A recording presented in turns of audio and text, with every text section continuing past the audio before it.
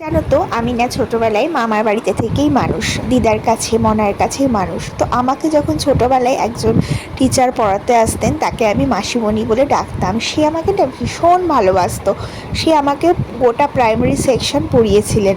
তো উনি এত আমাকে ভালোবাসতেন না, যখনই কোনো শনিবার বা রবিবার ছুটির দিন পড়তো তখনই না আমাকে মাঝে মাঝেই ডেকে নিতেন ওনাদের বাড়িতে। আর সেই মাসিমণি আমাকে বিভিন্ন রকমের পদ করে রান্না করে খাওয়াতেন। তার মধ্যে স্পেশাল ছিল মেটে চচ্চড়ি। আমি মেটে চচ্চড়ি খেতে ভীষণ ভালোবাসতাম। তো ওই মাসিমণি না আমার জন্য মেটে চচ্চড়ি বানিয়ে খাওয়াতো। তো আজকে দেখো আমি টিফিনে বানিয়ে নিয়েছি উচ্ছে ভাজা, আর তার সঙ্গে ছিল স্পেশাল পনিরের একটা রেসিপি, যেটা আমি কড়াই পনির স্টাইলে বানিয়েছি। আর তার সঙ্গে তো দই থাকেই, তোমরা সবাই জানো। তো আজকের মতো ভিডিওটা এখানেই এন্ড করলাম। তোমরা খুব ভালো থেকো, দেখা হবে পরবর্তী ব্লগে। আর আমার বরের লাঞ্চ বক্স কিন্তু 8:30টার মধ্যে একদম রেডি।